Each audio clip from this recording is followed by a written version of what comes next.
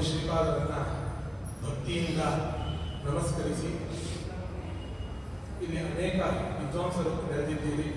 ನಮ್ಮ NAPS ಅವರಿದ್ದಾರೆ, ಅನೇಕ ಶ್ರೋತೃ ವರ್ಗ, ಮಠದ ಭಕ್ತವರ್ಗ ಎಲ್ಲರೂ ಕೂಡ ಸೇರಿದ್ದೀರಿ.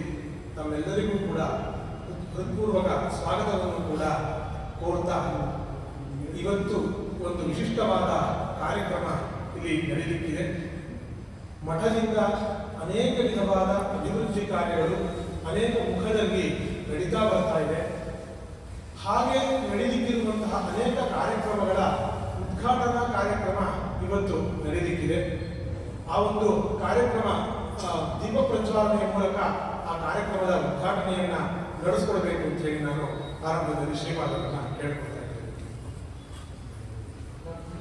ಓಂ ಅಗ್ನಿಮೀರೆ ಪುರೋಹಿತೈ ಯಜ್ಞಸ್ಯ ದೇವಮೃತ್ವಿಜಂ ಹೋತಾರಂ ಪ್ರಧಾನಂ ಅಗ್ನಿಪೂರ್ವೆ ಗರ್ಭಶೀಲಿಭ್ಯೋ ನೂತಾಮೇರುತಾ ಸದೇವಾಮೇಹ ಭಕ್ಷತಿ ಅಗ್ನಿನಾ ದೈವಷ್ಟವತ್ಕೋಶಮೇವ ದಿವೆ ದಿವೆ ಯಶಸಂ ವೀರವರ್ತಮಂ ಅಗ್ನೇಯ ಯಜ್ಞಮಧ್ವರಂ ವಿಶ್ವತಃ ಪರಿಪೂರಸಿ ಸೈದೇವೇಷು ಗಚ್ಚತಿ ಅಗ್ನಿರ್ಹೋತಾ ಕವಿಕ್ರಾತುಃ ಸತ್ಯಶ್ಚಿತ್ರಶ್ರಾವಸ್ತಮಃ ದೇವೋ ದೇವೇ ನಿರಾಗಾಮತ ಯದನ್ವದಾಶುಷೇ ತ್ವಮಗ್ನೇಃ ಭದ್ರಂ ಕಾರಿಷ್ಯಸಿ ತವೇತತ್ ಸತ್ಯಂ ಗಿರಃ. ಹರಿ ಓಂ.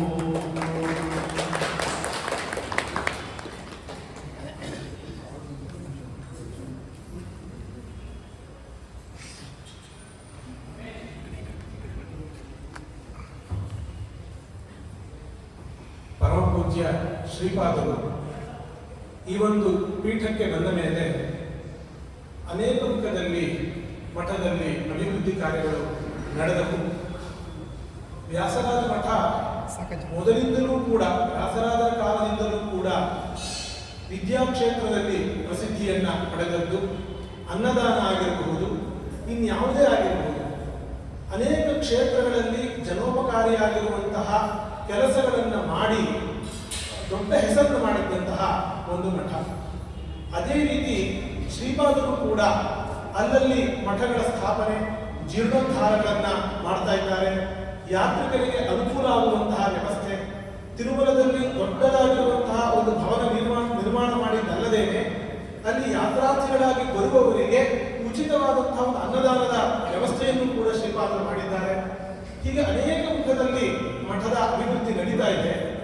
ಜೊತೆಗೆ ವ್ಯಾಸರಾಜ ಮಠದ ಮತ್ತೊಂದು ವೈಶಿಷ್ಟ್ಯ ಅಂದ್ರೆ ಅದು ವಿದ್ಯಾದಾನ. ವ್ಯಾಸರಾಜರ ವೈಭವ ಏನಿತ್ತು, ಅವರ ಒಂದು ವಿಶ್ವವಿದ್ಯಾಲಯದಲ್ಲಿ ಎಷ್ಟೆಲ್ಲ ಜನರು ಅಧ್ಯಯನವನ್ನು ಮಾಡ್ತಾ ಇದ್ರು, ಅದರಲ್ಲಿ ಇತಿಹಾಸದಲ್ಲಿ ನಾವು ಕೇಳಿ ಪುಳಕಿತರಾಗ್ತೀವಿ. ಆ ಒಂದು ವೈಭವವನ್ನ ಮತ್ತೆ ನಾವು ಸಾಕ್ಷಾತ್ಕರಿಸಿಕೊಳ್ಳುವಂತಹ, ಬರೀ ಕೇಳಿದ್ದಲ್ಲ, ಸಾಕ್ಷಾತ್ಕರಿಸಿಕೊಳ್ಳುವಂತಹ ಒಂದು ಅದ್ಭುತವಾದ ಪ್ರಸಂಗವನ್ನ ಶ್ರೀಪಾದರು ನಮಗೆ ಒದಗಿಸಿಕೊಡ್ತಾ ಇದ್ದಾರೆ. ಶ್ರೀಪಾದರೇ ಸ್ಥಾಪನೆ ಮಾಡಿರುವಂತಹ ಶ್ರೀ ವ್ಯಾಸತೀರ್ಥ ವಿದ್ಯಾಪೀಠ ಮೈಸೂರಿನಲ್ಲಿ ಇದೆ. ಅದು ಕೆಲವೇ ವರ್ಷಗಳಲ್ಲಿ ರಾಷ್ಟ್ರಮಟ್ಟದಲ್ಲಿ ಹೆಸರು ಮಾಡಿದಂತಹ ಸಂಸ್ಥೆ. ಯಾವ ಒಂದು ಸಂಸ್ಥೆಯು ಅಲ್ಪ ಕಾಲದಲ್ಲಿ ಇಷ್ಟು ದೊಡ್ಡ ಹೆಸರು ಮಾಡಲಿಕ್ಕೆ ಸಾಧ್ಯವೇ ಇಲ್ಲ. ಈ ಸಂಸ್ಥೆಯನ್ನ ಬಲ್ಲವರಿಗೆ ಎಲ್ಲ ಗೊತ್ತಿರುವಂತಹ ವಿಚಾರ. ಮೊನ್ನೆ ತಾನೇ ನಡೆದಂತಹ ರಾಜ್ಯ ಮಟ್ಟದ ಸ್ಪರ್ಧೆಯಲ್ಲಿ 10 ಪದಕಗಳನ್ನು ವ್ಯಾಸತೀರ್ಥ ವಿದ್ಯಾಪೀಠಗಳು ಗೆದ್ದಿದ್ದಾರೆ.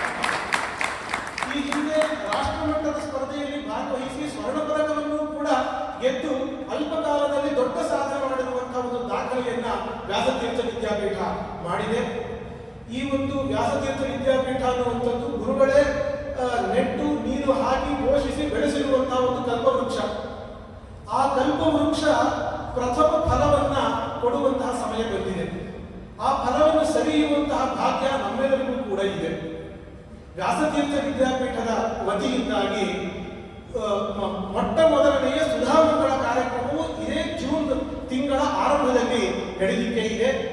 ಅಲ್ಲಿ ವಿದ್ಯಾರ್ಥಿಗಳು ವ್ಯಾಸತ್ರಯ ಸಹಿತವಾಗಿ ಶ್ರೀಮನ್ ನ್ಯಾಯಸುಧಾ ಪರೀಕ್ಷೆಯನ್ನು ಕೂಡ ಕೊಡಲಿಕ್ಕೆ ಇದ್ದಾರೆ. ಮತ್ತು ಅದೇ ಸಂದರ್ಭದಲ್ಲಿ ಶ್ರೀಪಾದರಿಗಾಗಿ ಭಕ್ತರೆಲ್ಲರೂ ಕೂಡ ಸೇರಿ ಸಹಸ್ರ ಚಂದ್ರ ದರ್ಶನ ಶಾಂತಿಯ ಕಾರ್ಯಕ್ರಮವನ್ನು ಕೂಡ ಹಮ್ಮಿಕೊಂಡಿದ್ದಾರೆ. ಸುಧಾಮಂಗಳ ಜೊತೆಗೆ ಇದ್ದಾಗ ಶ್ರೀಪಾದರಿಗೆ ಹೆಚ್ಚು ಸಂತೋಷವನ್ನು ಕೊಡೋದು ಅಂತ ಹೇಳಿ ಆ ರೀತಿಯ ಒಂದು ಕಾರ್ಯಕ್ರಮವನ್ನ ಆಯೋಜನೆ ಮಾಡಲಾಗಿದೆ. ಆ ಎಲ್ಲ ಕಾರ್ಯಕ್ರಮಗಳಿಗೆ ಜನಗಳಿಗೆ ವಿಷಯಗಳನ್ನು ತಲುಪಿಸಬೇಕು, ಪ್ರಚಾರ ಕಾರ್ಯಗಳು, ಹೀಗೆ ಬೇಕಾದಷ್ಟು ಕಾರ್ಯಕ್ರಮಗಳಿವೆ. ಅದೆಲ್ಲದರ ಉದ್ಘಾಟನಾ ಕಾರ್ಯಕ್ರಮ ನಡೀಬೇಕಾಗಿದೆ. ಈಗಾಗಲೇ ಶ್ರೀಪಾದರ ನೇತೃತ್ವದಲ್ಲಿ ಅದಕ್ಕೆ ಸಂಬಂಧಪಟ್ಟಂತಹ ಕೆಲಸಗಳು ಎಲ್ಲವೂ ಕೂಡ ಆರಂಭವಾಗಿದೆ. ಜನಗಳಿಗೆ ಈ ವಿಷಯಗಳನ್ನ ತಿಳಿಸಲಿಕ್ಕಾಗಿ ಒಂದಿಷ್ಟು ಪ್ರಚಾರ ಮಾಧ್ಯಮಗಳನ್ನು ನಾವು ಉಪಯೋಗಿಸಿಕೊಳ್ಳಬೇಕಾಗಿದೆ. ಆ ಎಲ್ಲ ಉದ್ಘಾಟನೆಗಳನ್ನ ಇವತ್ತು ಮಾಡಲಿಕ್ಕಿದೆ. ಆರಂಭದಲ್ಲಿ ಶ್ರೀಪಾದರನ್ನ ನಾನು ಕೇಳ್ಕೊಳ್ತಾ ಇದ್ದೇನೆ, ಬ್ಯಾನರ್ ಉದ್ಘಾಟನೆಯನ್ನ ಮಾಡಬೇಕು.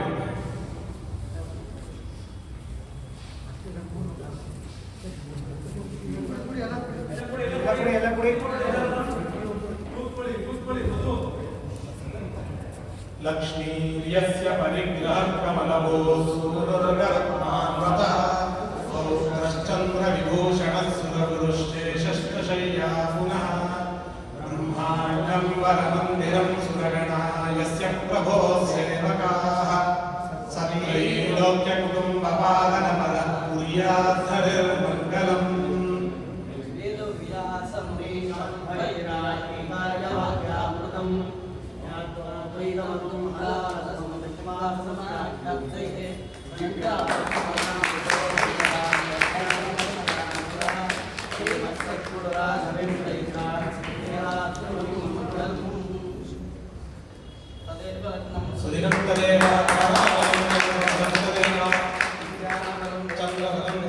ಲಕ್ಷ್ಮೀಪತೆ ಯುಗಂ ಸ್ಮರಾಮಿ.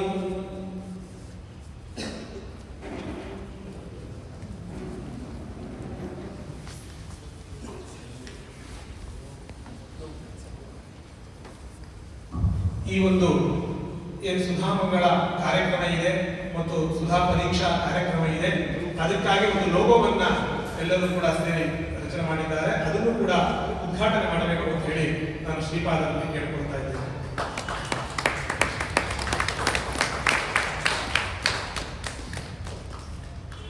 ಈ ವ್ಯಾಸತ್ರಯ ಸಹಿತ ಸುಧಾ ಪರೀಕ್ಷೆ ಮತ್ತು ಸುಧಾ ಮಂಗಳ ಇವುಗಳ ಕಾರ್ಯಕ್ರಮಕ್ಕಾಗಿ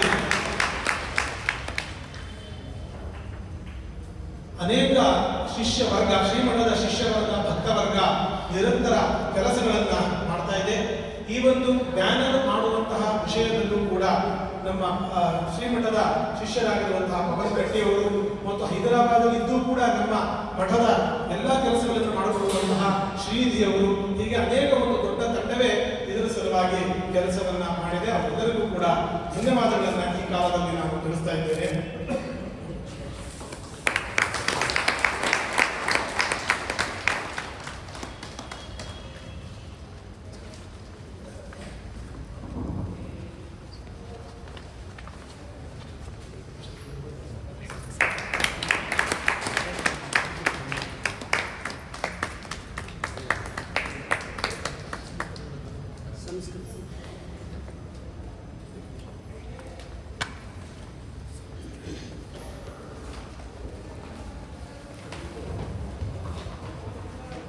ಪರಮ ಪೂಜ್ಯ ಶ್ರೀಪಾದರು ಮೊನ್ನೆ ವಿದ್ಯಾಪೀಠದಲ್ಲಿ, ಪೂರ್ಣಪುಣ್ಯ ವಿದ್ಯಾಪೀಠದಲ್ಲಿ ನಡೆದ ಸುಧಾಮಂಗಲದಲ್ಲಿ ಒಂದು ಮಾತನ್ನ ಅವರು ಹೇಳಿದರು.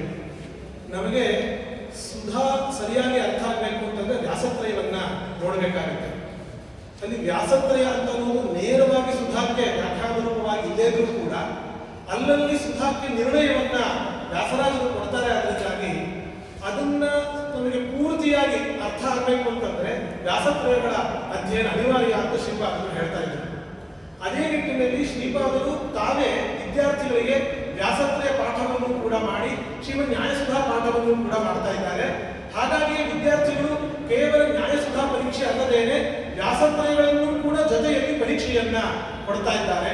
ಇಂತಹ ಒಂದು ಅದ್ಭುತ ಕಾರ್ಯಕ್ರಮಕ್ಕೆ ನಾವೆಲ್ಲರೂ ಕೂಡ ಸಾಕ್ಷಿ ಆಗಲಿಕ್ಕೆ ಇದ್ದೇವೆ. ಇನ್ನು ಈ ಒಂದು ಕಾರ್ಯಕ್ರಮದಲ್ಲಿ ಪ್ರಾಸ್ತಾವಿಕವಾಗಿ ಒಂದೆರಡು ಮಾತುಗಳನ್ನಾಡಬೇಕು ಅಂತ ಹೇಳಿ ಶ್ರೀಮಠದ ದಿವಾನರಾಗಿರುವಂತಹ ವಿದ್ವಾನ್ ಬ್ರಹ್ಮಣ್ಯಾಚಾರ್ಯರಲ್ಲಿ ನಾನು ಕೇಳ್ಕೊಳ್ತೇನೆ.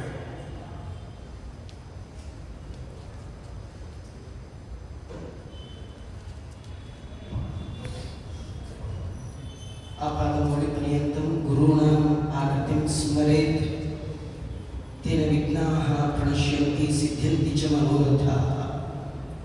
ಅರ್ಥಕಲ್ಪಿತಕಲ್ಪೋऽಯಂ ಪ್ರತ್ಯರ್ಥಿಗಜಕೇಸರಿ ವ್ಯಾಸತೀರ್ಥಗುರುರ್ಭೂಯಾತ್ ಅಸ್ಮದಿಷ್ಟಾರ್ಥಸಿದ್ಧಯೇ. ಶ್ರೀ ಗುರುಭ್ಯೋ ನಮಃ. ವೇದಿಕೆಯಲ್ಲಿ ವಿರಾಜಮಾನರಾದ ಪರಮ ಪೂಜ್ಯ ಮಹಾಸ್ವಾಮಿಗಳವರ ದಿವ್ಯ ಪಾದ ಕಮಲಗಳಲ್ಲಿ ಭಕ್ತಿ ಶ್ರದ್ಧೆಯಿಂದ ಸಾಷ್ಟಾಂಗ ನಮಸ್ಕಾರವನ್ನು ಮಾಡಿಕೊಳ್ಳುತ್ತಾ,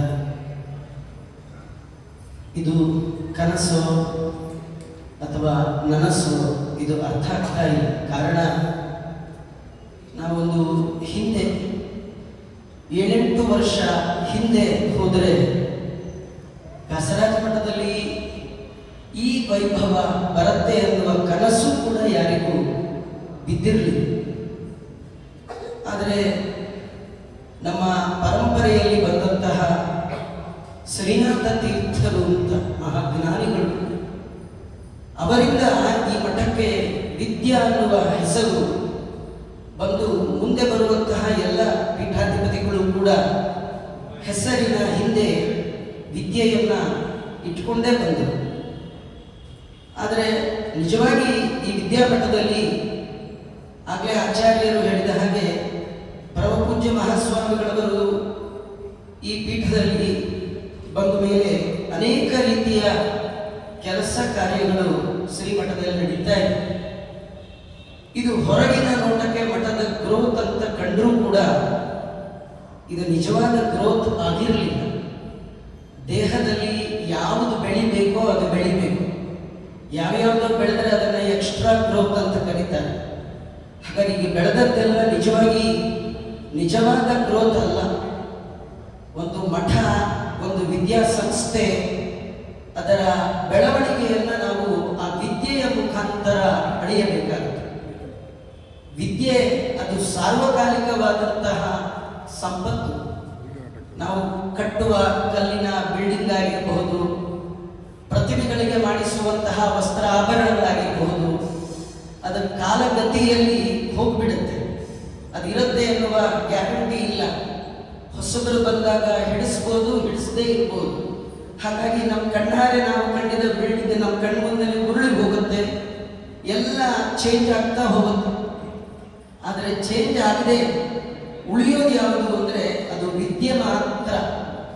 ಅಂತಹ ವಿದ್ಯೆಯಲ್ಲಿ ಒಂದು ಮಠ, ಒಂದು ಸಂಘ, ಒಂದು ಸಂಸ್ಥೆ ತನ್ನ ದಾಯಿತ್ವವನ್ನು ಎಷ್ಟು ಕೊಟ್ಟಿದೆ ಅನ್ನೋದ್ರ ಮೇಲೆ ಆ ಮಠ ಹೇಗೆ ಬೆಳೆದಿದೆ ಅನ್ನುವಂಥದ್ದನ್ನು ನಾವು ನೋಡಬಹುದು. ಆ ನಿಟ್ಟಿನಲ್ಲಿ ನೋಡೋದಾದರೆ ಈಗ ನನಗೊಂದು 52 ವರ್ಷ. ಇಲ್ಲಿ ಯಾರು 50 ವರ್ಷ 60 ವರ್ಷದವರು ಇದ್ದೀವಿ. ನಾವ್ಯಾರು ನಮ್ಮ ಕಣ್ಣಲ್ಲಿ ವ್ಯಾಸರಾಜ ಮಠದಲ್ಲಿ ಸುಧಾಮಂಗಳ ಅನ್ನುವುದನ್ನ ಕೇಳಿಲ್ಲ. ಇನ್ನು ನನಗಿಂತ ಹಿರಿಯರಾಗಿ ನಮ್ಮ MPS ಆಗಿದ್ದಾರೆ ಗೃಹಸ್ಥರು, ಒಳ್ಳೆ ವಿದ್ಯಾವಂತರು ಕೂಡ. ಅವರೇನು ಕೇಳಿದ್ದಾರೋ ನನಗೆ ಗೊತ್ತಿಲ್ಲ. ಪೂಜ್ಯ ಮಹಾಸ್ವಾಮಿಗಳವರು ಪೂರ್ವಾಶ್ರಮದಲ್ಲಿ ಇದೇ ದಿವ್ಯವಾದ ಸನ್ನಿಧಾನದಲ್ಲಿ ಚಂದ್ರಿಕಾ ಪಾಠವನ್ನ ಪ್ರಾತಸ್ಮರಣೀಯರಾದ ಶ್ರೀ ಪಯೋನಿಧಿ ತೀರ್ಥರ ಕಾಲದಲ್ಲಿ ಅವರ ಪೋಷಣೆಯಿಂದಾಗಿ ಆ ಗ್ರಂಥವನ್ನ ಇಲ್ಲಿ ಪಾಠ ಮಾಡಿ ಅದರ ಮಂಗಳ ಮಹೋತ್ಸವವನ್ನ ವೈಭವದಿಂದ ಮಾಡಿದ್ದನ್ನು ಕೇಳಿದ್ದೇವೆ. ಸ್ವತಃ ಶ್ರೀಗಳವರೇ ಅದನ್ನ ಮೇಲಿಂದ ಮೇಲೆ ನೆನಪಿಸಿಕೊಳ್ತಾರೆ. ನಿಜವಾಗಿ ವ್ಯಾಸರಾಜರಿಗೆ, ಟೀಕಾಕೃತ್ಪಾದರಿಗೆ, ಪದ್ಮನಾಭ ತೀರ್ಥರಿಗೆ, ಆಚಾರ್ಯರಿಗೆ ನಾವು ಕೊಡಬಹುದಾದಂತಹ ಕಾಣಿಕೆ ಅಂದರೆ ಅದು ಕರೆನ್ಸಿ ಅಲ್ಲ, ದಕ್ಷಿಣ ಜ್ಞಾನ ಸಂದೇಶ ಅಂತ. ನಾವೇನು ಆ ಸಂತತಿಯನ್ನ, ವಿದ್ಯಾ ಸಂತತಿಯನ್ನ ಮುಂದುವರಿಸ್ತೇವೆ, ಅದು ನಿಜವಾದ ನಮ್ಮ ಹಿರಿಯರಿಗೆ ಕೊಡಬಹುದಾದಂತಹ ಉತ್ತಮೋತ್ತಮವಾದ ಕಾಣಿಕೆ. ಆ ನಿಟ್ಟಿನಲ್ಲಿ ಸುಮಾರು ಅನ್ಕೊಳ್ತೇನೆ ಶತಮಾನಗಳ ಕಾಲದಲ್ಲಿ ಕಣ್ಣರಿಯದಂತಹ ಈ ಒಂದು ದಿವ್ಯವಾದ ಮಂಗಳ ಮಹೋತ್ಸವ, ಶ್ರೀಮನ್ ನ್ಯಾಯಸುಧೆ ಅನುವ್ಯಾಖ್ಯಾನ, ಇದರ ಒಟ್ಟೊಟ್ಟಿಗೆ ಮತ್ತೊಂದು ವಿಶೇಷವನ್ನ ಹೇಳಬೇಕಂತಾದ್ರೆ ಆಗಲೇ ಆಚಾರ್ಯರು ಹೇಳಿದ ಹಾಗೆ ಅನೇಕ ಗ್ರಂಥಗಳ ವಿಮರ್ಶೆಯನ್ನ ವ್ಯಾಸತೀರ್ಥರು ತಮ್ಮ ಚಂದ್ರಿಕಾ ಗ್ರಂಥದಲ್ಲಿ ಮಾಡಿದ್ದಾರೆ. ಆ ಚಂದ್ರಿಕಾ ಗ್ರಂಥದಲ್ಲಿ ತಾವು ಶ್ರೀಮನ್ ನ್ಯಾಯಸುಧೆಯ ವಾಕ್ಯಗಳನ್ನು ಅಲ್ಲಲ್ಲಿ ಉದಾಹರಿಸುತ್ತಾ ಅದರ ಒಂದು ನಮಗೆ ಸುಧೆಯ ಪಾನ ಸರಿಯಾಗಿ ಆಗಬೇಕಂತಾದರೆ ಅದಕ್ಕೆ ಚಂದ್ರಿಕಾ ಬೇಕೇ ಬೇಕು, ಅದು ಪೂರಕವಾದದ್ದು. ಸಾಮಾನ್ಯವಾಗಿ ಅಧ್ಯಯನ ಮಾಡುವ ವಿದ್ಯಾರ್ಥಿಗಳು ಸುಧಾಗೆ ಬರುವಾಗಲೇ ಗ್ರಂಥಗಳ ಮೇಲೆ ವೈರಾಗ್ಯ ಬಂದ್ಬಿಟ್ಟಿರುತ್ತೆ. ಸಾಕಪ್ಪ ಸಾಕು, ನಮ್ಮ ಮನೇಲೆ ಯಾರು ಇಷ್ಟು ಓದಿರ್ಲಿಲ್ಲ, ನಾನು ಓದಿದ್ದೇ ಜಾಸ್ತಿ ಆಯಿತು ಅಂತ, ಸುಧಾ ಓದಿದೆ ಅಂದ್ರೆ ಮುಗ್ದೇ ಹೋಯ್ತು ಅಂತ ಅನ್ಕೊಳ್ತಾರೆ. ನಿಜವಾಗಿ ಸುಧಾ ಓದ ಮೇಲೆ ಓದ್ಲಿಕ್ಕಿರುವಂತಹ ಗ್ರಂಥಗಳು ವ್ಯಾಸತ್ರಯ ಗ್ರಂಥಗಳು. ವ್ಯಾಸತ್ರಯ ಗ್ರಂಥಗಳ ಸಹಕಾರಿತ್ವ ಇದೆ, ಅದರ ಬಲ ಇದೆ. ಶ್ರೀಮನ್ ನ್ಯಾಯಸುಧೆಯನ್ನು ಪರಿಪೂರ್ಣವಾಗಿ ನಾವು ತಿಳಿದುಕೊಳ್ಳಲಿಕ್ಕೆ ಸಾಧ್ಯ ಇಲ್ಲ. ಯಾಕೆಂದ್ರೆ ತರ್ಕದಿಂದ ಕೂಡಿರ್ತಕ್ಕಂಥದ್ದು ಶ್ರೀಮನ್ ನ್ಯಾಯಸುಧೆ ಅನ್ನುವ ಗ್ರಂಥ. ಆ ಗ್ರಂಥದ ಮಂಗಳ ಮಹೋತ್ಸವ, ನಮ್ಮ ಮಠದ ವೈಶಿಷ್ಟ್ಯತೆ ಏನಂದ್ರೆ ವ್ಯಾಸತ್ರಯದ ಒಟ್ಟಿಗೆ ಅನುವ್ಯಾಖ್ಯಾನದ ಒಟ್ಟಿಗೆ ಶ್ರೀಮನ್ ನ್ಯಾಯಸುಧೆಯ ಮಂಗಳ ಇದು ಮೊದಲ ಬಾರಿಗೆ ಇದು ನಡೀತಾ ಇರ್ತಕ್ಕಂಥದ್ದು ಅಂತ ಹೇಳಿದ್ರೆ ತಪ್ಪಾಗಲಿಕ್ಕೆ ಸಾಧ್ಯ ಇಲ್ಲ. ಯಾಕಂದ್ರೆ ಒಂದೊಂದು ಗ್ರಂಥವು ವ್ಯಾಸತ್ರಯದಲ್ಲಿ ಚಂದ್ರಿಕೆ ಆಗಿರಬಹುದು, ಅಥವಾ ತರ್ಕತಾಂಡವಾಗಿರಬಹುದು, ಅಥವಾ ನ್ಯಾಯಾಮೃತ ಗ್ರಂಥ ಆಗಿರಬಹುದು. ಆ ಒಂದೊಂದು ಕೃತಿಗಳು ಕೂಡ ವ್ಯಾಸತೀರ್ಥರ ಒಂದು ಅವರ ತಲೆಯಲ್ಲಿ ಅವರ ಬುದ್ಧಿಮತ್ತೆಯಿಂದ ಹೊರಬಂದಂತಹ ಮೇರು ಕೃತಿ. ಆ ಒಂದೊಂದು ಕೃತಿಯನ್ನ ಅರಗಿಸಿಕೊಳ್ಳೋದೇ ಕಷ್ಟ. ಅದರ ಒಟ್ಟೊಟ್ಟಿಗೆ ಸುಧೆಯನ್ನ, ಆಚಾರ್ಯರ ಅನುವ್ಯಾಖ್ಯಾನವನ್ನ, 5-6 ಗ್ರಂಥಗಳನ್ನ ತಲೆಯಲ್ಲಿಟ್ಟು ಪರೀಕ್ಷೆ ಕೊಡುವಂತಹ ಒಂದು ವ್ಯವಸ್ಥೆ, ಒಂದು ಅಧ್ಯಯನದ ಕ್ರಮ ಪೂಜ್ಯ ಮಹಾಸ್ವಾಮಿಗಳವರು ಈ ಮಠದಲ್ಲಿ ನಿಮ್ಮೆಲ್ಲರಿಗೆ ನೋಡುವ ಭಾಗ್ಯವನ್ನು ತಂದು ಕೊಡ್ತಾ ಇದ್ದಾರೆ ಅಂದರೆ ಇದಕ್ಕಿಂತಲೂ ಮತ್ತೊಂದು ಸೌಭಾಗ್ಯ ನಮ್ಮ ಜೀವನದಲ್ಲಿ ಬರಲಿಕ್ಕೆ ಸಾಧ್ಯ ಇಲ್ಲ. ಶ್ರೀಮನ್ ನ್ಯಾಯಸುಧೆ ಜಯತೀರ್ಥರ ನಂತರ ಬಂದಂತಹ ಎಲ್ಲ ಅಪರೋಕ್ಷ ಜ್ಞಾನಿಗಳು, ಅದು ಶ್ರೀಪಾದರಾಜರಿರ್ಬೋದು, ವ್ಯಾಸರಾಜರಿರ್ಬೋದು, ರಾಘವೇಂದ್ರ ಸ್ವಾಮಿಗಳಿರ್ಬೋದು, ರಘೋತ್ತಮ ತೀರ್ಥರಿರ್ಬೋದು, ವಿದ್ಯಾಧೀಶರಿರ್ಬೋದು, ಯಾವುದೇ ಜ್ಞಾನಿಗಳು ಇಡೀ ತಮ್ಮ ಜೀವನದ ಉಸಿರನ್ನಾಗಿ ಇಟ್ಟುಕೊಂಡಂತ ಗ್ರಂಥ ಅದು ಶ್ರೀಮನ್ ನ್ಯಾಯಸುಧೆ. ಅದರ ಪಾಠ ಪ್ರವಚನ, ಅದಕ್ಕೆ ವ್ಯಾಖ್ಯಾನ, ಅದನ್ನ ಶಿಷ್ಯರಿಗೆ ಪಾಠ ಹೇಳತಕ್ಕಂಥದ್ದೇ ಸನ್ಯಾಸ ಧರ್ಮದ ಮುಖ್ಯವಾದ ಒಂದು ಉದ್ದೇಶವನ್ನಾಗಿಟ್ಟುಕೊಂಡು ಆ ಗ್ರಂಥವನ್ನ ಉಸಿರನ್ನಾಗಿಟ್ಟುಕೊಂಡು ತಮ್ಮ ಪಾಠ ಪ್ರವಚನ ವ್ಯಾಖ್ಯಾನಗಳ ಮೂಲಕ ಅದನ್ನು ಶ್ರೀಮಂತಗೊಳಿಸಿದ್ದವರು ಅನೇಕ ಜ್ಞಾನಿಗಳು. ನಮ್ಮ ಭಾಗ್ಯ ಅಂತ ಅನ್ಸುತ್ತೆ. ಆ ಎಲ್ಲರ ವ್ಯಾಸತೀರ್ಥರ, ಶ್ರೀಮಠ್ ಟೀಕಾಕೃತ್ಪಾದರ, ಶ್ರೀಪಾದರಾಜರ, ಮಂತ್ರಾಲಯ ಪ್ರಭುಗಳ, ಬಾಬಬೋಧಕಾರರ ಎಲ್ಲರ ಒಂದು ಸನ್ನಿಧಾನ ಅವರ ಗ್ರಂಥ ರೂಪದಲ್ಲಿ ನಾವು ನೋಡಬಹುದು. ಅಂದ್ರೆ ಪರಮ ಪೂಜ್ಯ ಮಹಾಸ್ವಾಮಿಗಳವರು ಎಲ್ಲರ ಸನ್ನಿಧಾನದಿಂದ ಯುಕ್ತರಾದ ಕಾರಣ ಆ ಎಲ್ಲ ಗ್ರಂಥಗಳನ್ನು ಕೂಡ ಶಿಷ್ಯರ ತಲೆಗೆ ಅವರು ಹರಿಸಿಕೊಂಡು ಬರ್ತಾ ಇದ್ದಾರೆ.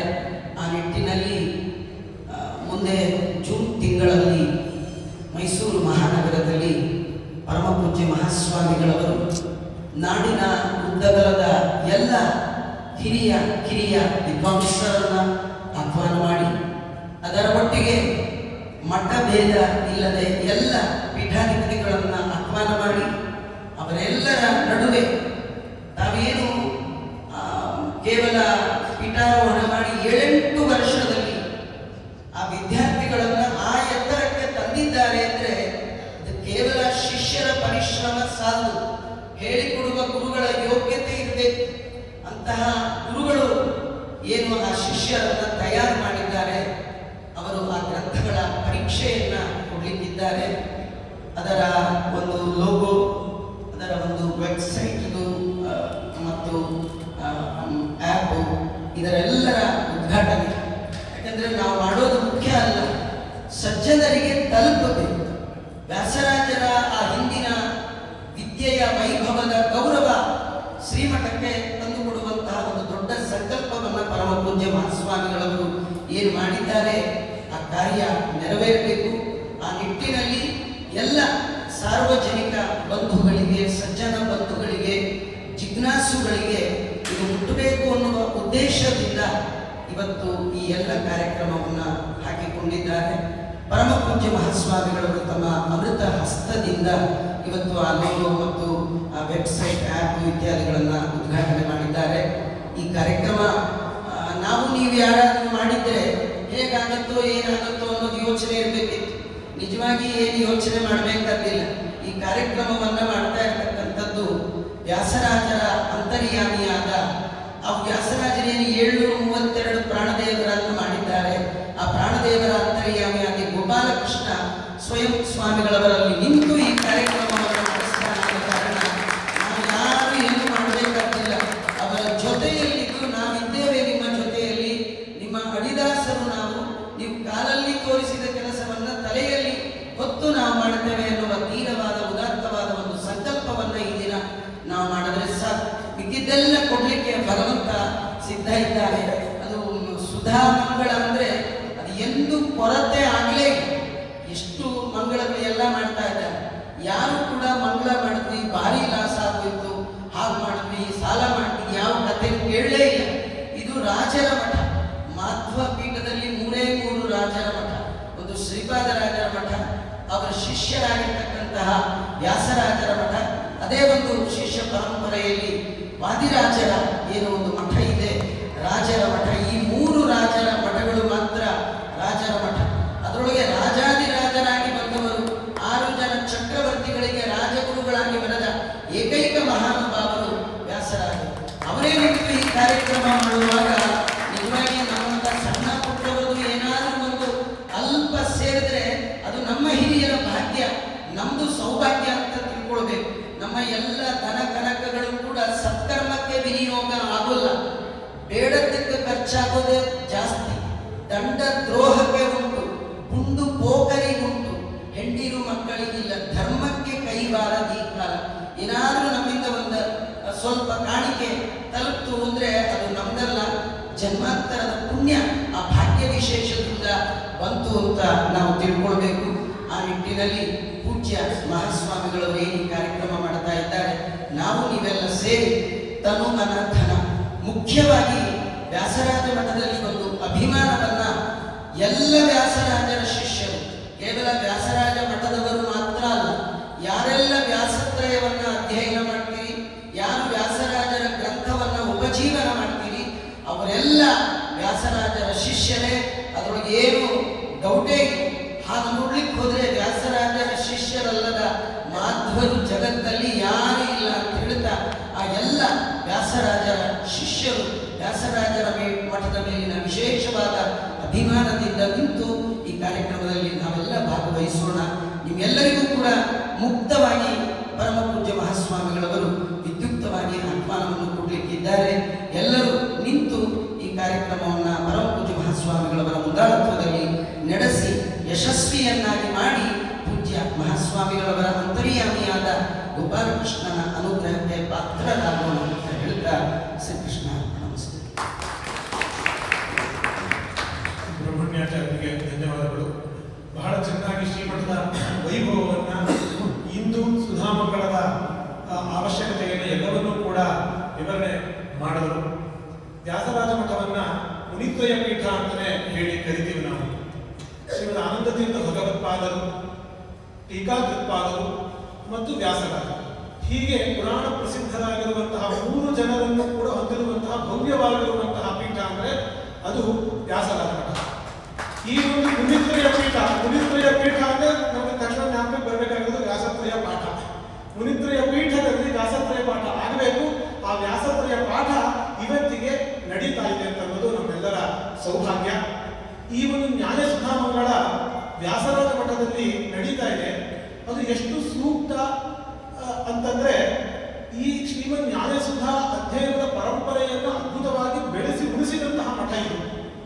ನಾವು ರಾಜೇಂದ್ರ ತೀರ್ಥರ ಬಗ್ಗೆ ಕೇಳುವಾಗ ರಾಜೇಂದ್ರ ತೀರ್ಥರು, ವಿಬುಧೇಂದ್ರ ತೀರ್ಥರು ಮೊದಲಾದವರಿಗೆ ಶ್ರೀಮನ್ ನ್ಯಾಯ ಸುಧಾವನ್ನು 9 ಬಾರಿ ಪಾಠ ಮಾಡಿದ್ರು ಅಂತ ಹೇಳಿ ಕೇಳ್ತೀವಿ. ಒಬ್ಬರೇ ಆ ಒಬ್ಬ ಶಿಷ್ಯನಿಗೆ 9 ಬಾರಿ ಪಾಠವನ್ನು ಮಾಡಿದ್ರು. ಅಷ್ಟು ಮಾತ್ರ ಅಲ್ಲ, ವ್ಯಾಸರಾಜರು ಕೂಡ ವಿಜಯೇಂದ್ರ ಸ್ವಾಮಿಗಳಿಗೆ 9 ಬಾರಿ ನ್ಯಾಯ ಸುಧಾವನ್ನು ಪಾಠ ಮಾಡಿದ್ರು ಅಂತ ಹೇಳಿ ಕೇಳ್ತೀವಿ. ಕಂಬಾಲೂರು ರಾಮಚಂದ್ರ ತೀರ್ಥರ ವ್ಯಾಖ್ಯಾನ ಇದೆ.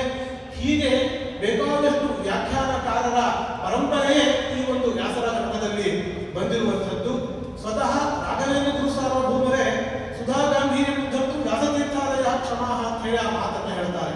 ಹೀಗೆ ನ್ಯಾಯಸುಧಾವನ್ನ ಉಳಿಸಿ ಬೆಳೆಸಿ ತಂದಂತಹ ಮಠ ಇದು. ಆ ಮಠದಲ್ಲಿ ನ್ಯಾಯಸುಧಾ ಪರೀಕ್ಷೆ ನಡೀತಾ ಇದೆ, ಮಕ್ಕಳ ನಡೀತಾ ಇದೆ ಅಂತಕ್ಕಂಥದ್ದು ಅತ್ಯಂತ ಸೂಕ್ತವಾಗಿ ಕಾಣುವಂತಹ ವಿಚಾರ ಅಂತ ತಮ್ಮೆಲ್ಲರೊಂದಿಗೆ ಹಂಚಿಕೊಳ್ತಾ, ಮುಂದೆ ಇನ್ನೆರಡು ಉದ್ಘಾಟನೆ ನಡೀತಾ ಇದೆ. ಒಂದು ವ್ಯಾಸರಾಜ ಮಠದ ಅಧಿಕೃತ ಒಂದು ಆ್ಯಪ್, ಅದರ ಬಿಡುಗಡೆ ಉದ್ಘಾಟನೆ ಆಗುತ್ತೆ. ಜೊತೆಗೆ ಒಂದು ವೆಬ್ಸೈಟ್ ಕೂಡ, ವ್ಯಾಸರಾಜ ಮಠದ ಅಧಿಕೃತವಾಗಿರುವಂತಹ ವೆಬ್ಸೈಟ್ ಉದ್ಘಾಟನೆ ನಡೀತಾ ಇದೆ. ಅದನ್ನು ಉದ್ಘಾಟಿಸಬೇಕು ಅಂತ ಹೇಳಿ ಪರಮ ಪೂಜ್ಯ ಶ್ರೀಪಾದರಲ್ಲಿ ನಾನು ಕೇಳಿಕೊಳ್ತಾ ಇದ್ದೇನೆ.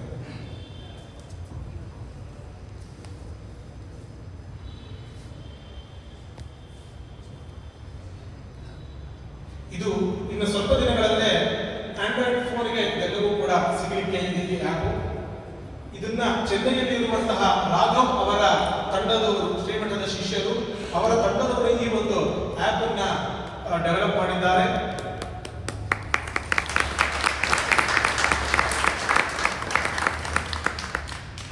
ಹಾಗೂ ವೆಬ್ಸೈಟ್, ಇದನ್ನ ರಘುನಾಥ್ ಅವರು ಮತ್ತು ವಿಶ್ವೇಶ್ ಅವರು ಇವರ ಒಂದು ತಂಡ ಈ ಒಂದು ವೆಬ್ಸೈಟ್ ಅನ್ನ ನಿರ್ಮಾಣ ಮಾಡಿದ್ದಾರೆ. ಮುಂದೆ ಎಲ್ಲ ಜನರಿಗೂ ಕೂಡ ಮಠದ ಅಧಿಕೃತ ವಿವರಗಳೆಲ್ಲವೂ ಕೂಡ ಈ ಆ್ಯಪ್ ಮತ್ತು ವೆಬ್ಸೈಟ್ ಮೂಲಕ ಸಿಗಲಿಕ್ಕಿದೆ. ಎಲ್ಲರೂ ಕೂಡ ಇದರ ಸದುಪಯೋಗವನ್ನ ಪಡಿಸ್ಕೊಳ್ಬೇಕು ಅಂತ ಹೇಳಿ ವಿನಂತಿ.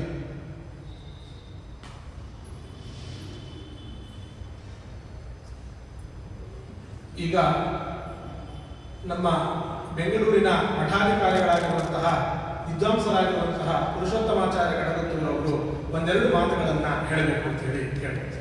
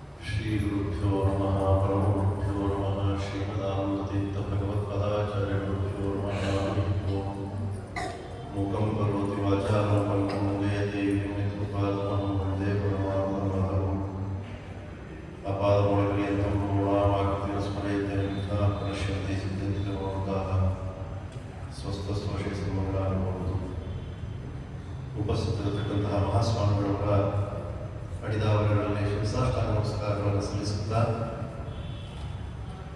ಈಗ ತಾನೇ ಪ್ರಾಸ್ತಾವಿಕ ವಾಣಿಯನ್ನು ಹೇಳಿರ್ತಕ್ಕಂತಹ ಶಿವಮೊಗ್ಗದ ದಿವಾನರಾಗಿರ್ತಕ್ಕಂಥ ಬ್ರಹ್ಮಣ್ಯಾಚಾರ್ಯ ಎಲ್ಲ ವಿಷಯವಾಗಿ ವರ್ಣನೆಯನ್ನು ಮಾಡಿದ್ದಾರೆ.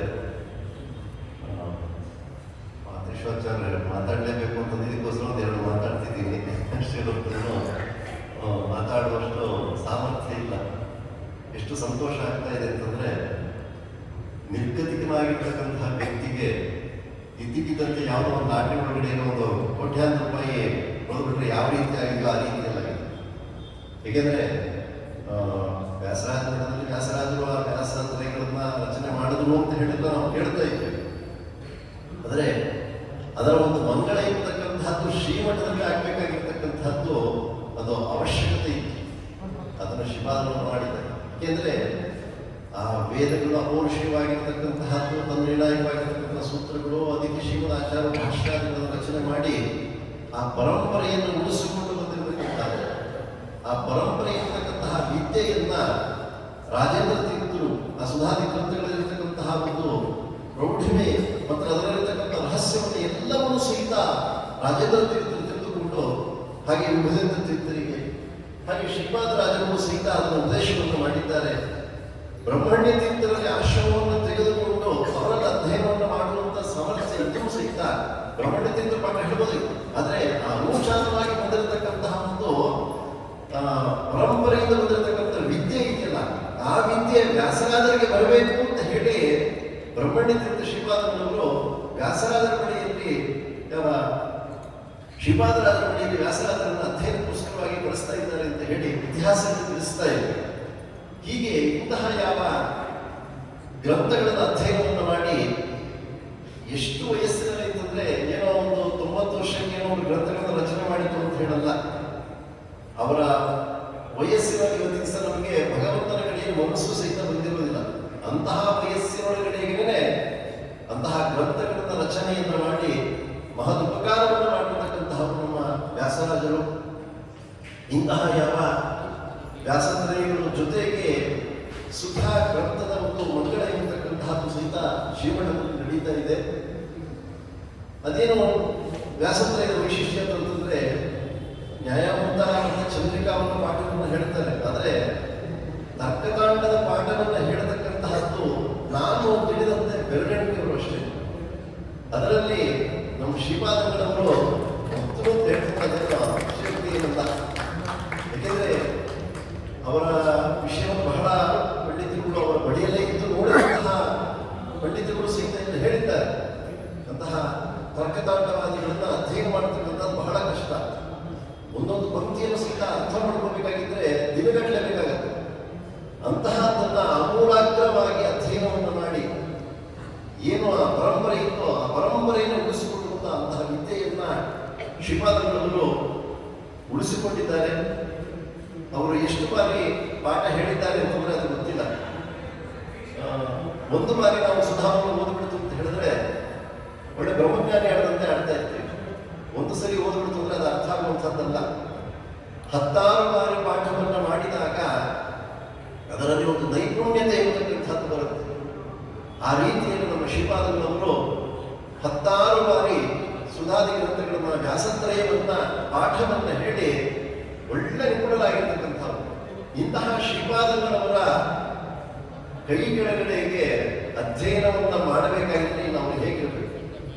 ಬಹುಶಃ ವಿದ್ಯಾಪೀಠ ಪ್ರಾರಂಭವಾಗಿ 8 ಅಥವಾ 9 ವರ್ಷ ಆಗಿದೆ ಅಷ್ಟೇ. ಅದಕ್ಕಿಂತ ಹೆಚ್ಚಿಗೆ ಆಗಿಲ್ಲ. ನನಗೆ ತಿಳಿದಂತೆ 9 ವರ್ಷ ಆಗಿಲ್ಲ ಅನ್ಸುತ್ತೆ.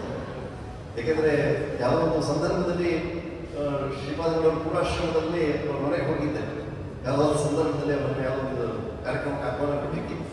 ಅದು ಹೇಳಿದ್ರು, ಇಲ್ಲ ನಾನು ವಿದ್ಯಾಪೀಠವನ್ನು ಅವತ್ತಿನ ದಿವಸ ಪ್ರಾರಂಭ ಮಾಡ್ತಿದ್ದೀನಿ ತಿರುಮುಕೂರು ಕಡೆಗೆ, ಆದ್ದರಿಂದ ನಾನು ಆ ಕಾರ್ಯಕ್ರಮಕ್ಕೆ ಬರ್ಲಿಕ್ಕೆ ಆಗ್ತಿಲ್ಲ, ನಮ್ಮದೇ ಇದು ವಿದ್ಯಾಪೀಠ ಪ್ರಾರಂಭವಾಗ್ತಾ ಇದೆ ಅಂದರೆ ಅದಾಗಿ ಒಂದು 8 ಅಥವಾ 9 ವರ್ಷ ಆಗಿರ್ಬೋದು ಅಷ್ಟೇನೆ. ಇಂತಹ 9 ವರ್ಷಗಳಲ್ಲಿಯೇ ಆ ವಿದ್ಯಾರ್ಥಿಗಳನ್ನ ವ್ಯಾಸಂಗಳೆಯ ಜೊತೆಗೆ ಸುಧಾವನ್ನು ಸಹಿತ ಅನುವಾದವನ್ನು ಮಾಡ್ತಾರೆ, ಪರೀಕ್ಷೆಯನ್ನು ಕೊಡ್ತಾ ಇದ್ದಾರೆ ಅಂತಂದ್ರೆ ಬಹಳ ಸಂತೋಷಕರವಾಗಿರ್ತಕ್ಕಂಥ ಸಂಗತಿ. ಅಂದ್ರೆ ಮಕ್ಕಳು ಹುಡುಗರು ಕೇಳ್ತಾ ಇರ್ತೀವಿ, ಏನಪ್ಪ ಪಾಠ ಎಷ್ಟೊತ್ತಿಗೆ ಪ್ರಾರಂಭ ಅಂತ ಹೇಳಿ. ನಾವು ಬರಕ್ಕೆ ಮುಂಚಿತವಾಗಿ 4:30-5 ಗಂಟೆ ಅಷ್ಟೊತ್ತಿಗೆ ಸ್ವಾಮಿಗಳು ನಡೆಯುತ್ತಾರೆ ಅಂತ. ಇವತ್ತಿನ ಸಹ ನಾವು 7 ಗಂಟೆ ಆದ್ರೂ ಸಹಿತ ಎದ್ದಿರಲ್ಲ. ಆದರೆ ಆ ವಿದ್ಯಾರ್ಥಿಗಳಿಗಿಂತ ಮುಂಚಿತವಾಗಿ ಸ್ವಾಮಿಗಳು ಆ ಒಂದು ಪಾಠವನ್ನು ಹೇಳಲಿಕ್ಕೆ ಕೂತಿರ್ತಾರೆ. ಚಾತುರ್ಮಾಸದಲ್ಲಿ ಇದ್ದಾಗಲೂ ಸಹಿತ ನಾನು ಪ್ರಶ್ನೆ ಮಾಡಿದೆ, ಸ್ವಾಮಿ ವಿಶ್ರಾಂತಿ ನೀಡಬಲ್ಲ ಯಾವಾಗ ಅಂತ ಹೇಳ್ತಂದ್ರೆ, ನಾನು ಯಾವಾಗ ಗ್ರಂಥಾವಲೋಕನ ಮಾಡ್ತಿರ್ತಾರಲ್ಲ ಅವಾಗಲೇ ನನಗೆ ವಿಶ್ರಾಂತಿ ಅಂತ ಹೇಳಿದೆ. ನಮ್ಗೆ ಹಾಗಲ್ಲ, ಚೆನ್ನಾಗಿ ಹಾಸಿಗೆ ನಾವು ನಿದ್ರೆ ಮಾಡಿದ್ರೆ ವಿಶ್ರಾಂತಿ ಅಂತ ಹೇಳಿದ್ಬಿಡ್ತೀವಿ. ಆದರೆ ಆ ರೀತಿ ಇಲ್ಲ. ಅಂದರೆ ವಿದ್ಯೆಗೋಸ್ಕರವಾಗಿಯೇ ತಮ್ಮ ಜೀವನವನ್ನು ಮುಡಿಬಿಟ್ಟು ಆ ವ್ಯಾಸತ್ರಯವನ್ನ ಸುಧಾದಿ ಗ್ರಂಥಗಳನ್ನ ಆ ವಿದ್ಯಾರ್ಥಿಗಳಿಗೆ ಪಾಠ ಹೇಳ್ತಾ ಇದ್ದಾರೆ. ಆ ಚಂದ್ರಿಕಾದಿ ಗ್ರಂಥಗಳ ಒಂದು ಅಧ್ಯಯನವನ್ನು ಮಾಡದೇ ಇದ್ರೆ ನಮ್ಮ ಶ್ರೀಮದ್ ಆಚಾರ್ಯರ ಒಂದು ವಾಕ್ಯವೂ ಅರ್ಥವಾಗುವುದಿಲ್ಲ, ಮತ್ತೆ ಟೀಕಾಕೃತ್ಪಾದರ ವಾಕ್ಯವೂ ಸಹಿತ ಅರ್ಥ ಆಗಲ್ಲ. ಅದನ್ನೆಲ್ಲ ವರ್ಣನೆ ಮಾಡ್ಲಿಕ್ಕೆ ಹೋಗಲ್ಲ ನನಗೆ. ಒಂದೇ ಒಂದು ಎಕ್ಸಾಂಪಲ್ ಅಲ್ಲೇ ಪ್ರಪ್ರಥಮವಾಗಿ ಆ ಸೂತ್ರಗಳನ್ನ ಅರ್ಥ ಬೇಕಾಗಿದ್ರೆ ಓಂ ಓಂ ಅಥಾದ ಬ್ರಹ್ಮ ಜಿಜ್ಞಾಸ ಓಂ ಅಂತ ಹೇಳಿ ಪ್ರಾರಂಭವನ್ನು ಮಾಡ್ತಾರೆ. ಅಲ್ಲಿ 2 ಓಂಕಾರ ಯಾಕೆ ಬೇಕು ಅಂತ ಹೇಳಿ ಕೆಲವು ಕಡೆಯಲ್ಲಿ ವ್ಯಾಖ್ಯಾನಕಾರರು ಒಂದೇ ಓಂಕಾರ ಸಾಕು. ಆದರೆ ಇಲ್ಲಿ 2 ಓಂಕಾರವನ್ನು ಯಾವ ನಿಮಿತ್ತದಿಂದ ಹಾಕಿದ್ದಾರೆ ಅಂತಂದ್ರೆ ಅದಕ್ಕೆ ಉತ್ತರ ನಾವು ಎಲ್ಲರಿಗೂ ಸಹಿತ ಸಿಗೋದಿಲ್ಲ. ಅದನ್ನು ಚಂದ್ರಿಕಾ ಅಧ್ಯಯನವನ್ನು ಮಾಡಿದ್ರೆ ಮಾತ್ರ ಗೊತ್ತಾಗುವಂಥದ್ದು. ಆ ರೀತಿಯಲ್ಲಿ ಆ ಸೂತ್ರಗಳು ಶ್ರೀಮದ್ ಆಚಾರ್ಯರ ವಾಕ್ಯದ ಒಂದು ಅರ್ಥ ಮತ್ತೆ ಟೀಕಾ ಗಾಂಭೀರ್ಯವನ್ನ ಲೋಕದಲ್ಲಿ ತಿಳಿಸಿರತಕ್ಕಂಥವ್ರು ಯಾರು ಅಂತಂದ್ರೆ ನಮ್ಮ ವ್ಯಾಸತೀರ್ಥರು. ಅಂತಹ 3 ವ್ಯಾಸತ್ರಯಗಳನ್ನು ಹಾಗೂ ಸುಧಾ ಗ್ರಂಥವನ್ನು ಶ್ರೀಮಠದಲ್ಲಿ ಆ ಪರೀಕ್ಷೆಯನ್ನು ಕೊಡ್ತಾ ಇರತಕ್ಕಂತಹದ್ದು ಬಹಳ ಸಂತಸಕವಾಗಿರತಕ್ಕಂತಹ ಒಂದು ವಿಷಯ. ಇಂತಹ ಒಂದು ಸಂದರ್ಭದಲ್ಲಿ ನಾವುಗಳು ಸಹಿತ ಪಾಲ್ಗೊಳ್ಳತಕ್ಕಂಥದ್ದು ಇದೆಯಲ್ಲ, ಅದು ಇನ್ನೂ ಅದು ಗುರುಗಳ ಅನುಗ್ರಹವೇ ಹೊರತು ಬೇರೆ ಇನ್ಯಾವುದೂ ಸಹಿತ ಇಲ್ಲ. ಇಂತಹ ಅವಕಾಶವನ್ನು ಶ್ರೀಪಾದಗಳವರು ನಮ್ಮೆಲ್ಲರಿಗೂ ಸಹಿತ ಮಾಡಿದ್ದಾರೆ. ಶ್ರೀಪಾದಗಳವರು ಬೆಂಗಳೂರಲ್ಲೇ ಮಾಡಿದರೆ ಬಹಳ ಚೆನ್ನಾಗಿರೋದು, ಆದರೆ ವಿದ್ಯಾಪೀಠವನ್ನು ಸಹಿತ ಮೈಸೂರಿನಲ್ಲೇನೇ ಮಾಡಿದ್ರು. ಅಂದರೆ ಮಠ ಅಂತಂದರೆ ಸಂಸ್ಕೃತದಲ್ಲಿ ಛಾತ್ರರು ಅಂದರೆ ಶಿಷ್ಯರು ಇರತಕ್ಕಂತಹ ಒಂದು ಸ್ಥಳ ಅಂತ ಹೇಳಿ, ಆ ಮೈಸೂರಿನಲ್ಲಿ ಅದೊಂದು ಚೌಟ್ರಿ ಆಗಿತ್ತು. ಶ್ರೀಪಾದಗಳವರು ಬಂದ ಮೇಲಿಂದ ಇದು ಚೌಟ್ರಿ ಮದುವೆಗೆ ಮುಂಚೆಗೆ ಅಷ್ಟಕ್ಕೆ ಮಾತ್ರ ನೀವು ಸೀಮಿತವಾಗಿರಬಾರ್ದು, ಬರೀ ವಿದ್ಯಾರ್ಥಿಗಳು ಮಾತ್ರ ಇರಬೇಕು ಅಂತ ಹೇಳಿ ಸುಮಾರು 50-60 ಜನ ವಿದ್ಯಾರ್ಥಿಗಳು ಇವತ್ತು ದಿವಸ ಅಲ್ಲಿ ಪ್ರತಿನಿತ್ಯದಲ್ಲೂ ಸಹಿತ ವೇದ, ಇತಿಹಾಸವಾಗಿರಬಹುದು ಅಥವಾ ಉಪನಿಷತ್ತಾಗಿರಬಹುದು, ಈ ಯಾವ ಸುಧಾದ ಗ್ರಂಥಗಳಿಗೆ ಪೂರ್ವಕವಾಗಿ ಬೇಕಾಗಿರತಕ್ಕಂಥ ಎಲ್ಲ ಗ್ರಂಥಗಳ ಅಧ್ಯಯನವನ್ನು ಸಹಿತ ಆ ಒಂದು ದಿವ್ಯವಾಗಿರತಕ್ಕಂಥ ಸ್ಥಳದಲ್ಲಿ ಶ್ರೀಪಾದಗಳವರು ನಡೆಸ್ತಾ ಇದ್ದಾರೆ. ಇಂತಹ ಯಾವ ಮೈಸೂರು ಕಡೆಗೆ ಶ್ರೀಪಾದಗಳವರು ಆ ಸುಧಾಮಗಳವರನ್ನ ಪರೀಕ್ಷೆಯಿಂದ ಎಲ್ಲ ವಿದ್ಯಾರ್ಥಿಗಳಿಗೂ ಸಹಿತ ಕೊಡಿಸಿ ಅವರಿಗೆ ಅನುಗ್ರಹ ಇರತಕ್ಕಂಥದ್ದನ್ನು ಮಾಡ್ತಾ ಇದ್ದಾರೆ. ಇಂತಹ ಸಂದರ್ಭದಲ್ಲಿ ನಾವು ಸಹಿತ ಭಾಗಿಗಳಾದರೆ ಅದು ಭಗವಂತನಿಗೆ ಪ್ರೀತಿಕರವಾಗಿರತಕ್ಕಂತಹ ವಿಷಯ ಅಂತ ಹೇಳ್ತಾ ಈ 2 ಮಾತುಗಳನ್ನು ಶ್ರೀಪಾದಗಳವರ ಉತ್ತರೆಯಾಗಿ ಭಗವಂತನಿಗೆ ಸಮರ್ಪಣೆ ಮಾಡತಕ್ಕಂಥದ್ದು ಮಾಡ್ತಾ ಇದ್ದೇನೆ. ಶ್ರೀಕೃಷ್ಣ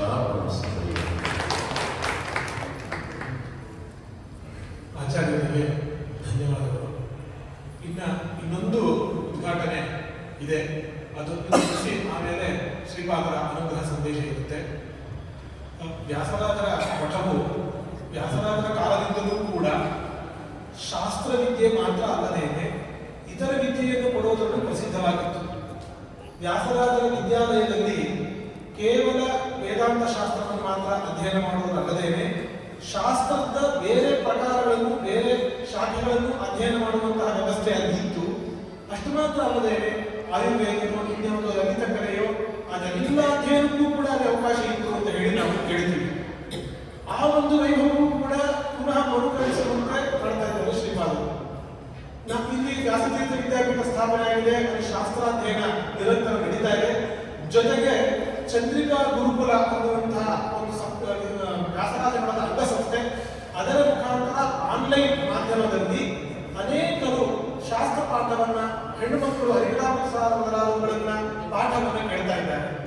ಅಷ್ಟು ಮಾತ್ರ ಸಾಲದು ಅಂತ ಹೇಳಿ ಈಗ 2 ಶಾಖೆಯನ್ನ ಇದಕ್ಕೆ ನಾವು ಬೆಳೆಸುವಂತಹ ಯೋಜನೆಯನ್ನ ಹಾಕಿಕೊಂಡಿದ್ದೇವೆ. ಒಂದು, ವಿದ್ಯಾರ್ಥಿಗಳಿಗೆ, ಸ್ಕೂಲಿಗೆ ಹೋಗುವಂತಹ ವಿದ್ಯಾರ್ಥಿಗಳಿಗೂ ಕೂಡ ಒಂದಿಷ್ಟು ಶಾಸ್ತ್ರ ಪಾಠ ಅಥವಾ ಸ್ತೋತ್ರ ಇವುಗಳೆಲ್ಲದರ ಪರಿಚಯ ಆಗಬೇಕು, ಅವರು ಸುಸಂಸ್ಕೃತರಾಗಿ ಉಳಿಬೇಕು ಅನ್ನೋ ಕಾರಣಕ್ಕಾಗಿ ಮಕ್ಕಳಿಗಾಗಿಯೇ ಒಂದು ವಿಭಾಗವನ್ನ ತೆರಲಿಕ್ಕೆ ಇದ್ದೇವೆ. ಅದರಲ್ಲಿ ಮಕ್ಕಳು ಆನ್ಲೈನ್ ಮುಖಾಂತರವೇ ಮನೆಯಲ್ಲೇ ಇದ್ದು ಸ್ತೋತ್ರಗಳನ್ನು, ಸೂಕ್ತಗಳನ್ನು, ಸಂಸ್ಕೃತವನ್ನು, ಶಾಸ್ತ್ರವನ್ನು ಎಲ್ಲ ಅಧ್ಯಯನ ಮಾಡಲಿಕ್ಕೆ ಅವಕಾಶ ಅವರಿಗೆ ಇರುತ್ತೆ. ಅದರ ಜೊತೆಗೆ ಲೌಕಿಕ ಅಧ್ಯಯನವನ್ನು ಯಾರು ನಡೆಸ್ತಾರೆ, ಅಷ್ಟೊಂದು ಆರ್ಥಿಕವಾಗಿ ಅವರು ಸುಭದ್ರ ಸ್ಥಿತಿಯಲ್ಲಿ ಇಲ್ಲದೇ ಇರುವಂಥವ್ರು ಯಾರಿರ್ತಾರೆ ಅಂಥವರಿಗೆ ಕೆಲವು ಕೋಚಿಂಗ್ ಅವಶ್ಯಕತೆ ಇರುತ್ತೆ. ಆದರೆ ಇವತ್ತಿಗೆ ಕೋಚಿಂಗ್ಗೆ ತುಂಬಾ ಹಣ ಕೊಡಬೇಕಾಗುತ್ತೆ. ಅಂತಹ ಅನುಕೂಲ ಇಲ್ಲದೇ ಇರೋರಿಗಾಗಿ ಒಂದು ಪಾಠದ ವ್ಯವಸ್ಥೆಯನ್ನು ಮಾಡಬೇಕು ಅಂತ ಹೇಳಿ ಶ್ರೀಪಾದರ ಆದೇಶದಂತೆ PUC ಕೋಚಿಂಗ್ ವ್ಯವಸ್ಥೆಯನ್ನ ಮಾಡಲಾಗ್ತಾ ಇದೆ. ಅದು ಈ ಜನವರಿ 26ರಿಂದ ಫೆಬ್ರವರಿ 26ರ ತನಕ ಇರುತ್ತೆ. ಇನ್ನು ಮುಂದೆ ಇದೇ ರೀತಿಯಾಗಿ ಲೌಕಿಕ ವಿದ್ಯೆಯನ್ನು ಕೋಚಿಂಗ್ ಕೊಡಿಸುವಂತಹ ವ್ಯವಸ್ಥೆಯನ್ನ ಶ್ರೀಮಠದಿಂದ ನಿರಂತರವಾಗಿ ನಡೆಸಲಿಕ್ಕಿದ್ದೇವೆ. ಅದು ವಿದ್ಯಾ ಚಂದ್ರಿಕಾ ಅನ್ನುವಂತಹ ಹೆಸರಿನಲ್ಲಿ ಒಂದು ಸಣ್ಣ ಮಠದ ಒಂದು ಶಾಖೆಯನ್ನ ನಿರ್ಮಾಣ ಮಾಡಿ, ವಿದ್ಯಾಶಾಖೆಯನ್ನ ನಿರ್ಮಾಣ ಮಾಡಿ ಆ ಮುಖಾಂತರ ಈ ಪಾಠಗಳನ್ನ ನಡೆಸಲಾಗುತ್ತೆ. ಈ ಒಂದು PUC ಕೋಚಿಂಗ್ ಏನಿದೆ ಇದು ಸಂಪೂರ್ಣ ಉಚಿತ. ವಿದ್ಯಾರ್ಥಿಗಳು ಇದರ ಸದುಪಯೋಗವನ್ನು ಪಡಿಸಿಕೊಳ್ಳಬೇಕು ಅಂತ ಹೇಳಿ ಈಗಾಗಲೇ ಅದರ ಪ್ರಚಾರ ಕಾರ್ಯ ಆರಂಭವಾಗಿದೆ. ಇದರಲ್ಲಿ ತಾವು ಉದಾರ ಮನಸ್ಸಿನಿಂದ ಬಂದು ಪಾಠ ಹೇಳಲಿಕ್ಕೆ ಒಪ್ಪಿಕೊಂಡಿರುವಂತವರ ಹೆಸರನ್ನು ಮಾತ್ರ ನಾನು ಇಲ್ಲಿ ಘೋಷಣೆಯನ್ನು ಮಾಡ್ತೀನಿ. ಇವರೆಲ್ಲರಿಗೂ ಕೂಡ ಕಾರ್ಯಕ್ರಮದ ಕೊನೆಯಲ್ಲಿ ಶ್ರೀಪಾದರಿಂದ ವಿಶೇಷ ಅನುಗ್ರಹ ಮಂತ್ರಾಕ್ಷತೆಯನ್ನು ಕೂಡ ನಡೆಸಲಿಕ್ಕೆ ಇದ್ದೇವೆ. ಎಲ್ಲ ಫಿಸಿಕ್ಸ್, ಕೆಮಿಸ್ಟ್ರಿ, ಮ್ಯಾಥ್ಸ್, ಬಯಾಲಜಿ ಹೀಗೆ ಬೇರೆ ಬೇರೆ ವಿಭಾಗಗಳಲ್ಲಿ ಇವರೆಲ್ಲರೂ ಕೂಡ ಪಾಠ ಮಾಡಲಿಕ್ಕೆ ಇದ್ದಾರೆ. CR ಶ್ರೀಧರ್, ಶ್ರೀಕಾಂತ್, ಭೀಮೇಶ್ ಮತ್ತು ಇಂದಿರಾ ಮೋಹನ್, ಶ್ರೀಮತಿ ಸುನೀತಾ ಮತ್ತು ಗುರುರಾಜ್ ಹೆಬ್ಬೂರ್, ಆಮೇಲೆ ಶ್ರೀಯುತ ಶ್ರೇಯಸ್ ಅವರು, ಶ್ವೇತಾ ಎನ್ ಅವರು, ಪ್ರಶಾಂತ್ ಅವರು ಮತ್ತು ಲಕ್ಷ್ಮಣ್ ಪ್ರಸಾದ್ ಅವರು. ಹೀಗೆ ಇಷ್ಟೆಲ್ಲರೂ ಕೂಡ ಉದಾರ ಮನಸ್ಸಿನಿಂದ ಬಂದು ಈ ಒಂದು ಸೇವೆಯನ್ನ ಸಲ್ಲಿಸಲಿಕ್ಕೆ ತಯಾರಿದ್ದಾರೆ. ಈ PUC ಕೋಚಿಂಗ್ ಮುಗಿತಾ ಇದ್ದಂತೆ CET ಕೋಚಿಂಗ್ ಕೂಡ ವ್ಯವಸ್ಥೆಯನ್ನು ಮಾಡಬೇಕು ಅಂತ ಹೇಳಿ ವಿಚಾರ ಮಾಡಿದ್ದೇವೆ ನಾವು. ಇದೆಲ್ಲವೂ ಕೂಡ ಶ್ರೀಪಾದರ ಅನುಗ್ರಹದಿಂದ ಅವರ ಆದೇಶದಂತೆ ಎಲ್ಲಾ ಕಾರ್ಯಕ್ರಮಗಳು ಕೂಡ ಮಠದಲ್ಲಿ ನಡೆಯಲಿಕ್ಕೆ ಇದೆ. ಹೀಗೆ ನಡೆಯುವಂತಹ ಪ್ರತಿಯೊಂದು ಕಾರ್ಯವು ಯಶಸ್ವಿಯಾಗಬೇಕು ಅಂತ ಅದಕ್ಕೆ ಮುಖ್ಯವಾಗಿ ಬೇಕಾಗಿರುವಂಥದ್ದು ಜನರ ಸಹಕಾರ. ಹಾಗಾಗಿ ತಾವೆಲ್ಲರೂ ಕೂಡ ತಮ್ಮ ಸಹಕಾರವನ್ನ ನೀಡಬೇಕು ಅಂತ ಹೇಳಿ ಕೇಳಿಕೊಳ್ತಾ ಅನುಗ್ರಹ ಸಂದೇಶದಿಂದ ನಮ್ಮೆಲ್ಲರನ್ನೂ ಕೂಡ ನೂತನನ್ನಾಗಿ ಮಾಡಬೇಕು ಅಂತ ಹೇಳಿ ಶ್ರೀಪಾದರನ್ನ ನಾನು ಕೇಳ್ಕೊಳ್ತೇನೆ. ಈ ಒಂದು ಕಾರ್ಯಕ್ರಮದ ಉದ್ಘಾಟನೆಯನ್ನು ನಡೆಸಿಕೊಡಬೇಕು ಅಂತ ಹೇಳಿ ಶ್ರೀಪಾದರಲ್ಲಿ ಕೇಳಿಕೊಳ್ತಾ ಇದ್ದೇನೆ.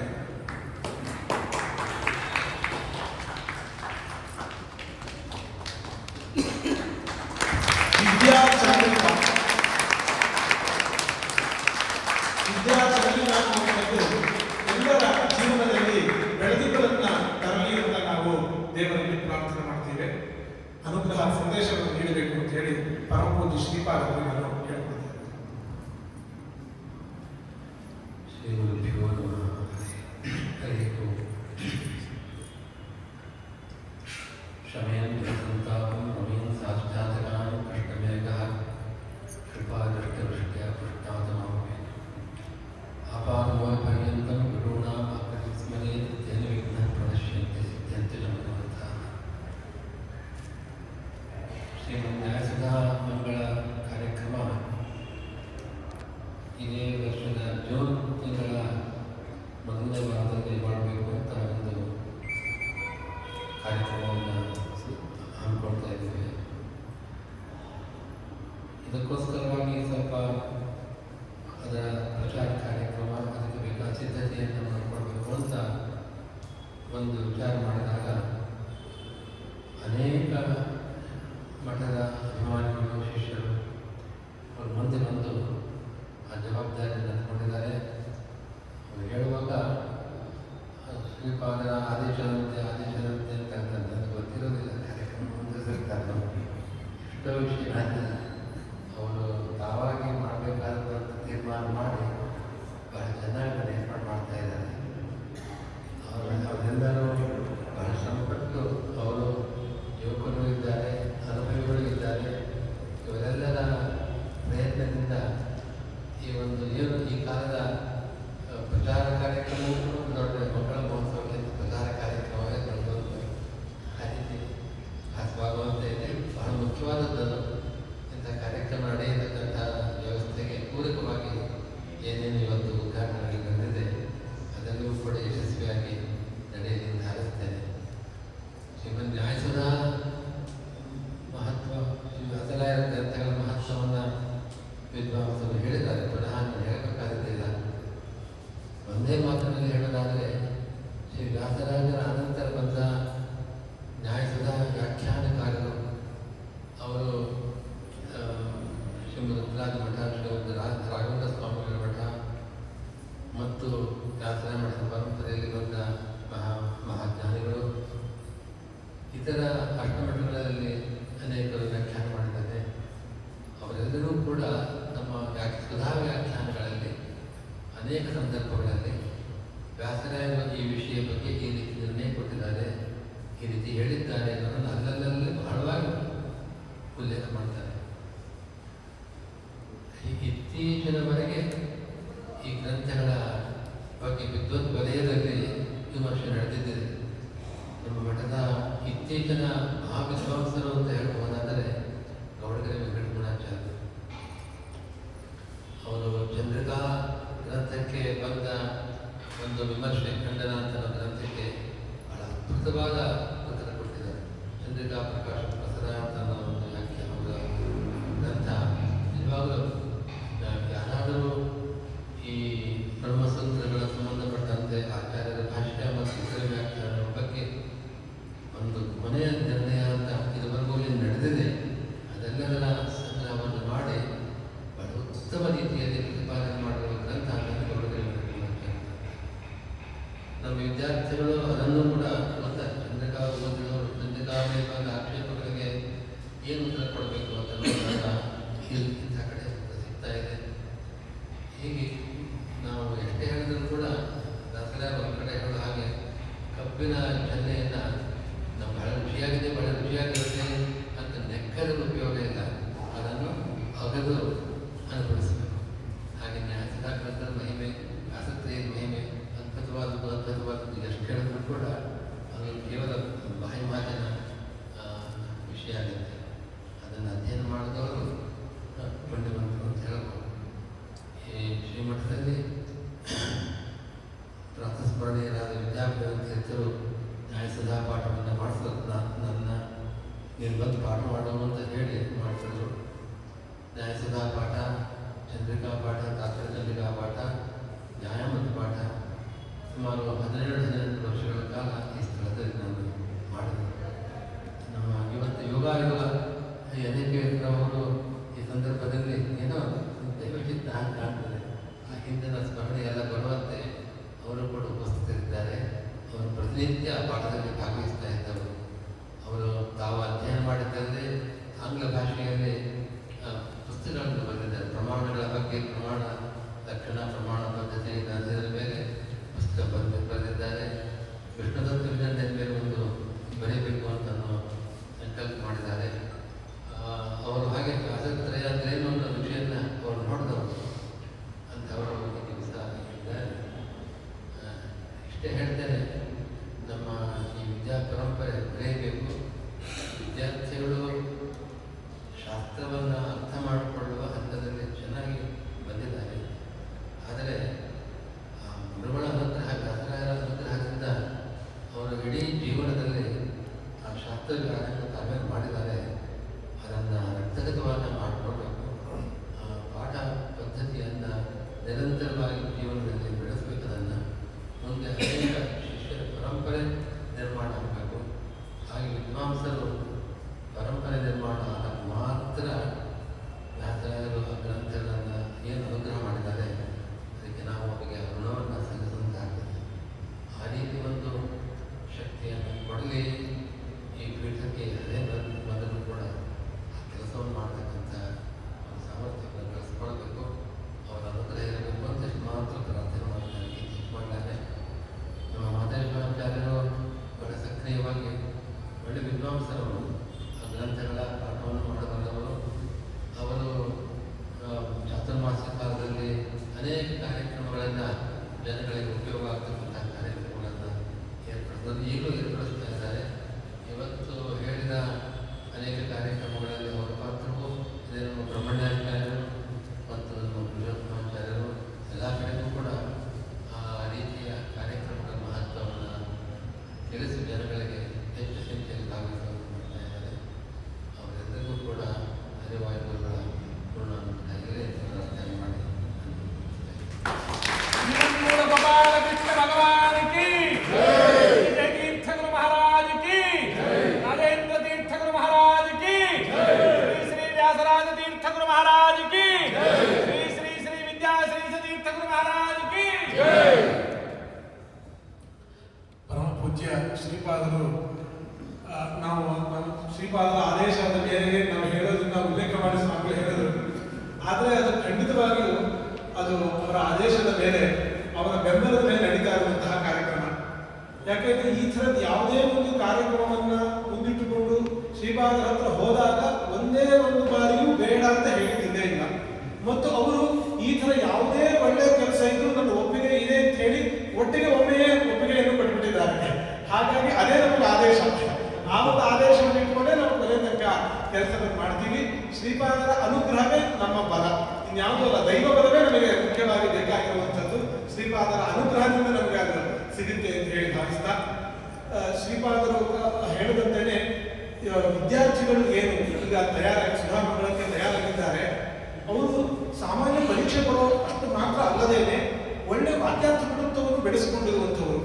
ದೊಡ್ಡ ದೊಡ್ಡ ವಿಮರ್ಶಾತ್ಮಕ ಗ್ರಂಥಗಳನ್ನು ಇತ್ತೀಚೆಗೆ ಬಿಡುಗಡೆಗೊಂಡಂತಹ ಭಾಷಾಭಾನು ಪ್ರಕಾಶ ಅಂತ ಹೇಳಿ, ಭಾಷಾಭಾನು ಪ್ರಭಾ ಅಂತ ಹೇಳಿ, ಅದು ಚಂದ್ರಿಕಾ ವಿಮರ್ಶೆಯನ್ನು ಮಾಡುವಂಥದ್ದು. ಅದನ್ನು ಕೂಡ ನೋಡಿಕೊಂಡು ಅದರ ಮೇಲಿನ ವಿಮರ್ಶೆಯನ್ನು ಮಾಡುವಂತಹ ಸಾಮರ್ಥ್ಯವನ್ನು ಬೆಳೆಸಿಕೊಂಡಂಥವರು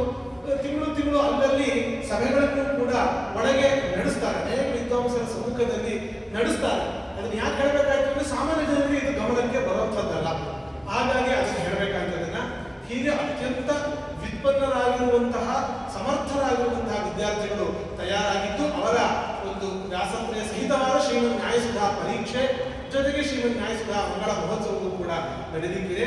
ಅದಕ್ಕೆ ಈ ಹಿಂದೆ ಹೇಳಿದಂತೆ ತಮ್ಮೆಲ್ಲರ ತನು ಮನ ಧನ ಸಹಕಾರ ನಮಗೆ ಬೇಕಾಗುತ್ತೆ. ತಾವೆಲ್ಲರೂ ಉತ್ಸಾಹದಿಂದ ತಮ್ಮ ಪರಿಚಯದವರನ್ನು ಕೂಡ ಈ ಒಂದು ಸೇವೆಯಲ್ಲಿ ಭಾಗಿಗಳಾಗುವಂತೆ ಪ್ರೇರಣೆ ಮಾಡಬೇಕು ಅಂತ ಹೇಳಿ ತಮ್ಮೆಲ್ಲರನ್ನು ಕೂಡ ಕೇಳಿಕೊಂಡು ಈ ಒಂದು ಕಾರ್ಯಕ್ರಮವನ್ನ ಇಲ್ಲಿಗೆ ಮುಗಿಸ್ತಾ ಇದ್ದೇವೆ. ಶ್ರೀಕೃಷ್ಣ. सीतापते रामचंद्र भगवान